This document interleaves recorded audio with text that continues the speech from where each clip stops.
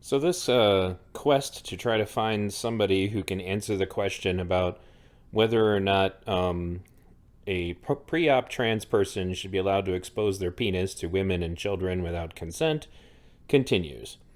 This time, I was debating somebody named Yukio Murphy.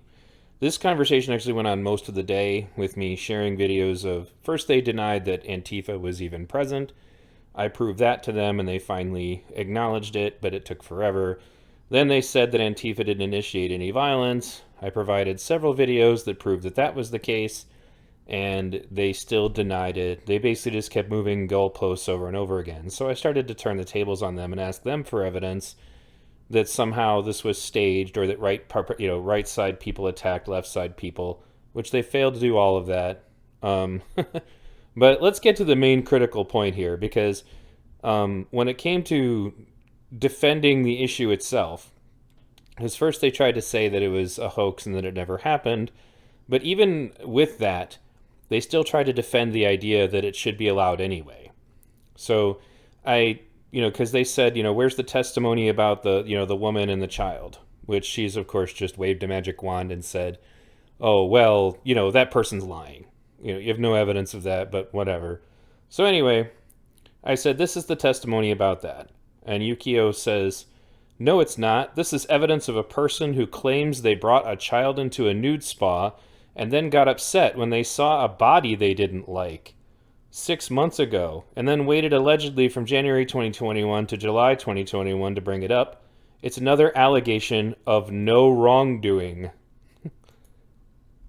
Um, and then I said, a body they didn't like, in quotes.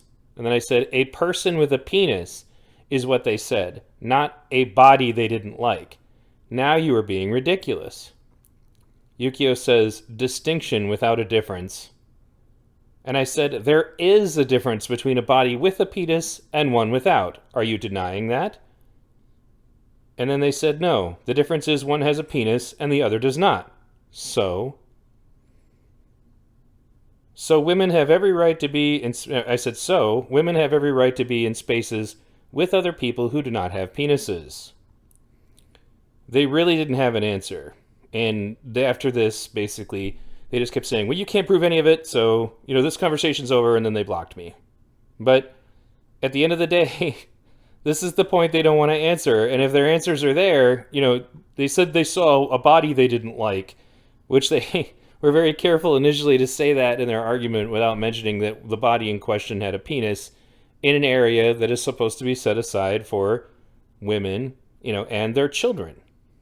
So they don't have an answer for this because there is no correct answer for this aside from that person should use discretion, which is what the trans people who were roommates with me and my children did.